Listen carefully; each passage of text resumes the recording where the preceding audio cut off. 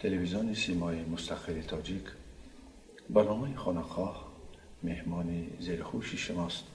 ما با شما نور و فهمیش خواهانیم.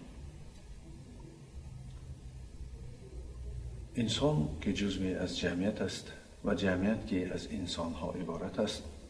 البته وقتی که انسان درباره آدم فهمیش پیدا می کند،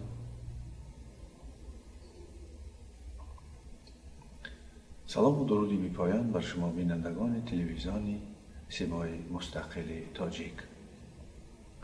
برنامه خانه‌خواه مهمانی خوش شماست. ما با شما نور و فهمیش خواهانیم.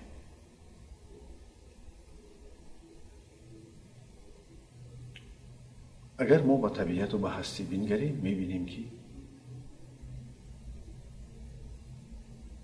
آفریده عالی او این آدم است.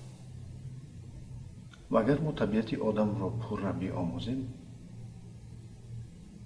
آن وقت میتوانیم که به زینه‌های بلندی فهمیش برسیم.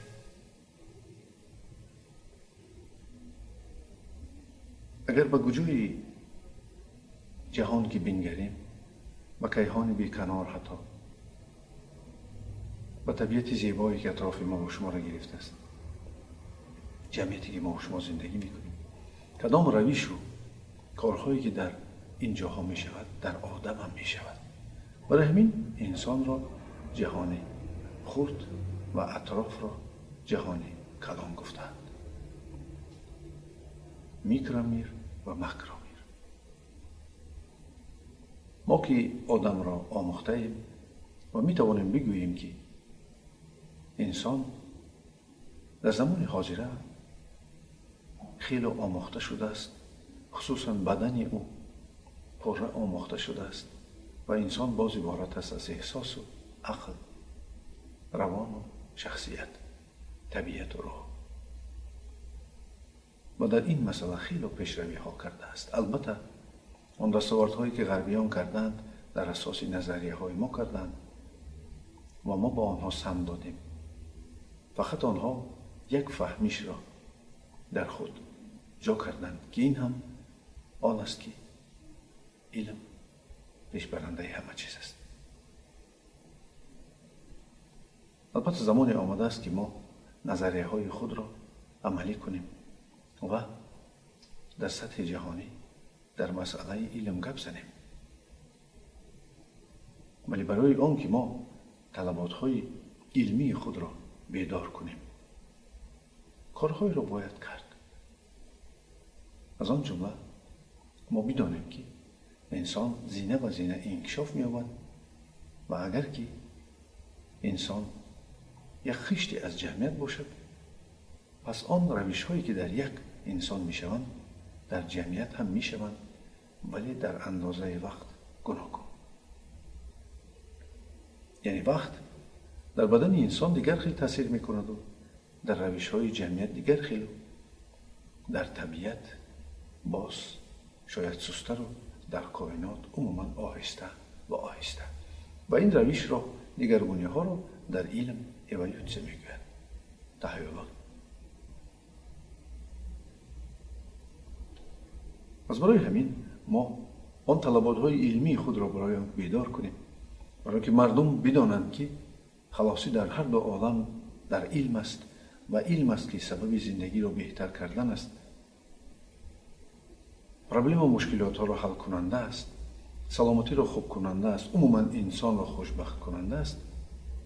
این البته علم است.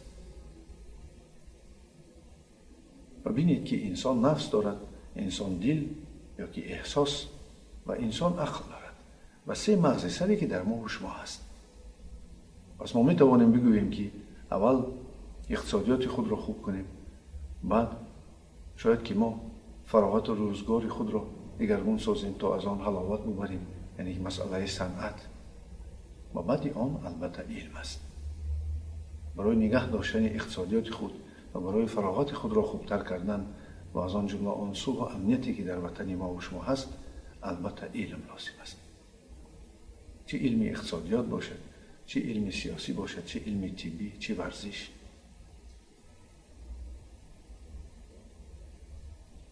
ما میدانیم که علم لازم است و حتی که بینید همه مجبور میکنند که علم بیاموزند. ولی آیا طلبات در انسان هست یا نه؟ برای که محض انا همین طلبات علم را در مردم خود بیدار میسازیم، ما امروز مشق روانی میسازیم. مشق روانی که ما در آن طلبات های علمی مردم خود را بیدار میسازیم وقتی که این مشق را اجرا کردن. میدانیم و میفهمیم. البته بسیار چیزها را که ما وقتی که میبینیم که مردم اجرا میکنند یا گروه های هستن اجرا میکنند و میبینند که آنها اساس های علمی ندارند، آن وقت کوشش میکنند که سری راه آنها را بگیرند تا اینکه زیان آنها به مردم و جمعیت نرسد. برای هر کسی که چیزی که میخواهد بکند، اگر آن را با دلیل های علمی آن را اثبات کند، البته آدم صاحب خرد در نزد دلیل های علمی سری تعظیم میفروند. آن چیزی که ما سالهای آخر میبینیم در مسئله فرهنگ دینی هست. بینید که بچه ها آورده ایستاده از مملکت های را که حتی دین را در اساس علم قبول نمی کنند و آن را در احساس و آن را در حالت مجبور کردن، فشار آوردن و گوناگون چیزها که پیشنهاد می کنند، بینید جمعیت آنها را به چی آورده است. حتی فرهنگ دینی را در اساس علم باید قبول کرد. اگر علم نسبت به دین درست باشد، آن وقت دین منفعت آور است برای آدم. ولی اگر دین در اساس احساس قبول شود، آن وقت زیان و ضرری میرساند. پس میدانید، تفکر کنید که واسطه‌ای که ما با آن دین خود را، فرهنگ آن را درست میکنیم، این آن است که ما البته باید آن را در چارچوب علم قبول کنیم. ولی البته این است که ما میبینیم که حتی قبول آن چیزهایی که ما علمی میکنیم از طرف عالمان گوناگون چارچوبه ساخته شده از قانونهای آن را گذاشتند و آن فرمتی که به ما پیشنهاد میکنند نه همه وقت شاید به فرهنگ ملی ما و شما راست آید. هیچ گپ نیست اگر کسی بتواند که این فرمت قبول علم را و پیشنهاد آن را به جهانیان دیگر کند و در آن البته طلبات های علم جهانی، قانون و قاعده آن رعایت شده باشد و البته فرهنگ ملی، تفکر ملی و روش تاریخی که مردم ما انکشاف یافتند تجسم یافته باشد. اون وقت اگر ما استقلالیت علمی خود را به دست بیاریم، مانندی که ما استقلالیت وطنی خود را به دست آورده ایم، آن وقت ما می توانیم جای خود را در روش جهانی شوی که چیزی ناگزیر است بیابیم. من فکر میکنم که آن تلاش هایی که دولت و حکومت ما دارد و آن دوراندیشی که میکنند تا اینکه در این روش جهانی شوی جای خود را یافته باشند و ملت ما را نگه دارند همچون ملت، چون که فرهنگ بای و غنی دارد و خشتی عظیمی در دیوار علم و تاریخ بشریت دارد، بیهوده نیستند. البته آنها نتیجه خود را خواهند داد. این شایع است. پس مشق روانی ما و شما امروز به آن است که ما معینه چپ خود را انگیزش بدهیم و آن معینه چپ ما و شما که نیمکره مغز چپ ما و شماست و در آن تفکر و عقل و فهمش جا هست بیدار سازیم و طلبات های علمی خود را روشن کنیم. بزرگی خداوند هم در علم او است.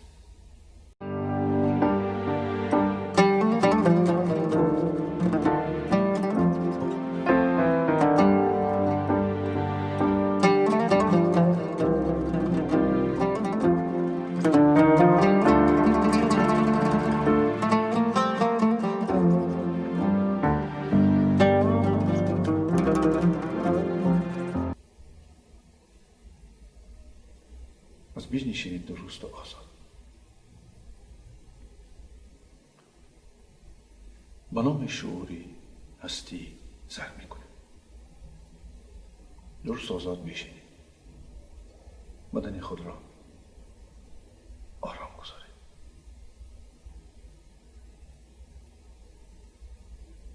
چون بدن خود را آرام گذاشتید، بدانید آرامی اقتدار است.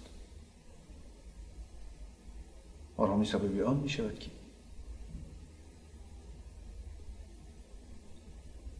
بدن ما و شما از احساسات و فکرهای ما و شما دم می گیرد، آرام می شود و بدن خود را سرده نرم کنید. پنجه های دست خود را نرم کنید، بازوها، کتفان، گردن، روی و گلو را.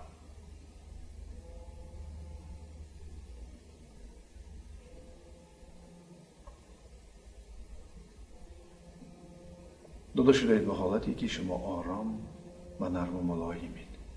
بدن شما آهسته آهسته شدت زیادتی را از وجود خود میگیرد و آن را در معینه جمع نموده برای استفاده کارها و مقصدهایی که شما دارید روانه می سازد.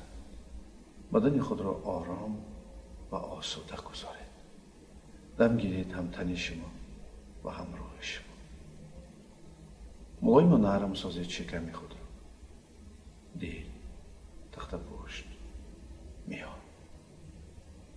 نرم و ملایم سازید پایه های خود را، دستان خود را، عضوهای درونی خود را. نرمی سبب آن می شود که گردش خون در آنجا درست می شود و چون گردش خون که درست شد، البته عضوها درست کار می کنند. مانندی که در جمعیت چون معاش می دهند و مردم کار می کنند، همین طور هر یک عضو ما و شما از حساب آن که تأمین می شود از گردش خون، هوا، غذا وظیفه خود را درست اجرا می کند. چون انسان نرم و ملایم شد، آن وقت وزن بدن خود را حس می کند. وزن بدن خود را حس کنید.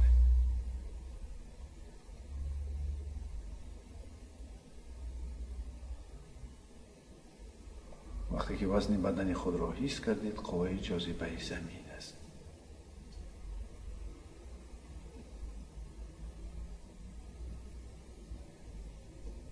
قوه جاذبه زمین ما و شما را به طرف خود می کشد. این را قوه گراویتاسیونی زمین می گوید. انسان در خود آسمان و زمین را می پیوندد.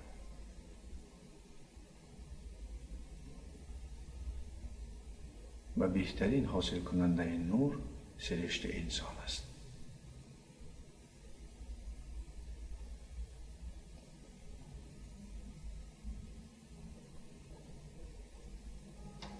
آهسته آهسته حس میکنیم که زمین مانند آهن ربا است و قوه عجیبی از تار سر وارد شده که این قوه الکترومغناطیسی کیهان است.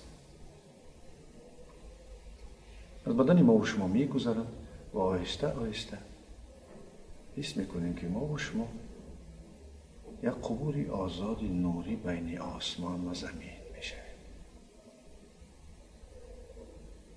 و برای آنکه این حرکت را تیزتر و خوبتر کنیم که سبب تازه شوی سرشت ما و شماست، پس نفس خود را دقت دهید.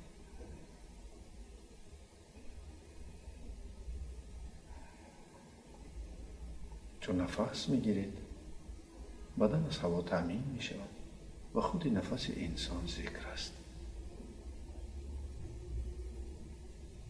خود نفس انسان ذکر است.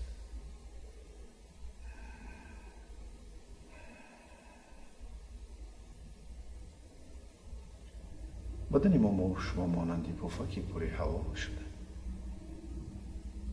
سبک و بی‌وزن شده. ما بدن خود به حال خود میگذاریم تا خودش را صحت کند، مکانیزم های صحت شوی به کار درآیند، داروهای بدن حاصل شوند. بدن ما و شما این قدرت را دارد. داده شود به حالتی که شما را فرا گرفته است. ببینید که چی پیش نظر می آید. پیش نظر خود را تازه کنید و طبیعت زیبایی را پیش نظر بیارید وقتهایی رو به نظر بیارید که شما در آن خود را نقص حس میکردید. دوره های خوش، صحتی و سالمی.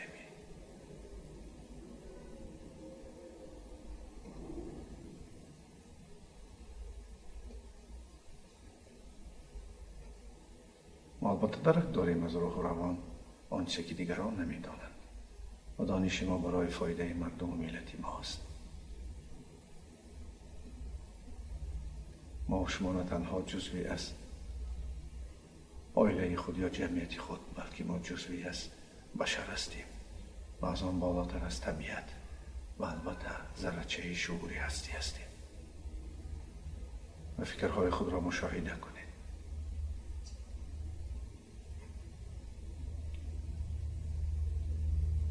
و چون فکرها می آیند، آنها را بینید که به شما چی مصلحت میدهند. و البته یکم کاری که شما میکنید از خود دلیل بپرسید.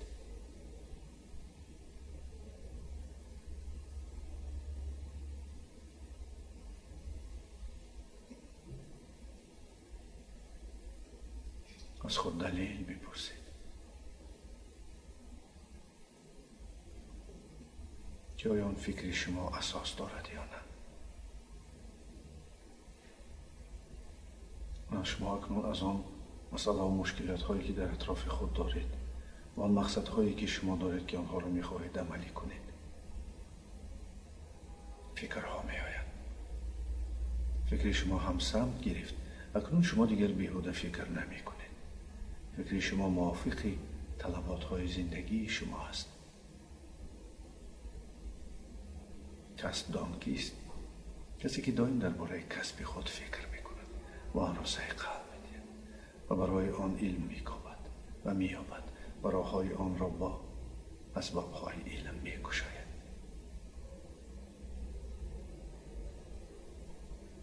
اکنون نسبت به فکرهای خود شما با دلیل شدید، یعنی که از فکرهای خود شما دلیل میپرسید. بدانید آدم با عقل مقاوت است، ولی اگر عقل هم با قوت باشد ولی نباید بالای آدم را گیرد. بین شما و عقل شما مناسبت دلیلی برقرار می شود و هر باره که عقل شما را هم مصلحت دهد با دلیل مصلحت می دهد. اکنون به اطرافیان خود وقتی که شما با کسانی همکاری می کنید از آنها هم دلیل می پرسید. این سبب بیدار شدن تفکری شما معنی چپ شما می شود. اگر با شما کسی عقیده هم دهد از او دلیل می پرسید. فکت و رقم هایی که سخنان گفته را اساسناک می کنند و مقصد شما را پاینده می گردانند.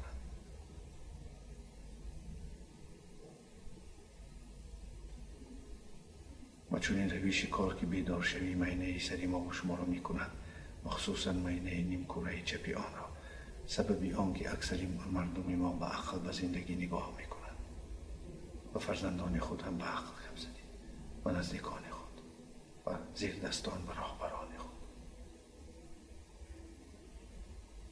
دلیل می پرسید. و دشمن دلیل در این حالت احساس است. احساسات رو کنید و احساس را مثبت گردانید و بدانید که عقل بهترین معلم است و مصلحت چی است. و مسجد عقل کتابخانه است.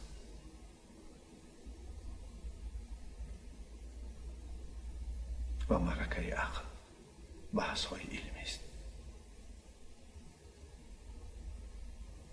بدانید این سبب انگیزش نیمکره معنی چپی شما شده ایستاده است.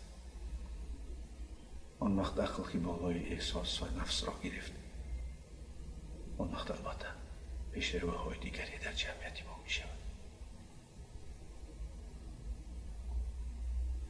اگر ما و شما پیشروی در جمعیت خود می خواهیم، بدانیم که باید عقل را بیدار سازیم و همه شرایطی که برای عقل ما و شما بیدار شود در جمعیت ما و شما است.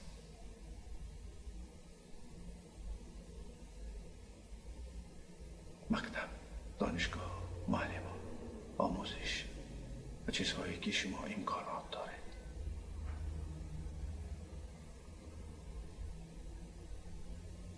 هنوز در عصرهای گذشته مردمی ما به جهانیان می گفتند که عقل گرا باشه، هرچند که عقل مطلق نیست، ولی حالا در زینه ما قرار داریم که عقل گرایی پیشه با هوش باشد. مردم جهانیان گفته متفکران ما را گرفتند و سبب پیشروی جمعیت آنها شد. شاید زمانی آمده است که بزرگان و خیرتمندان خود را اول خودی ما گوش کنیم.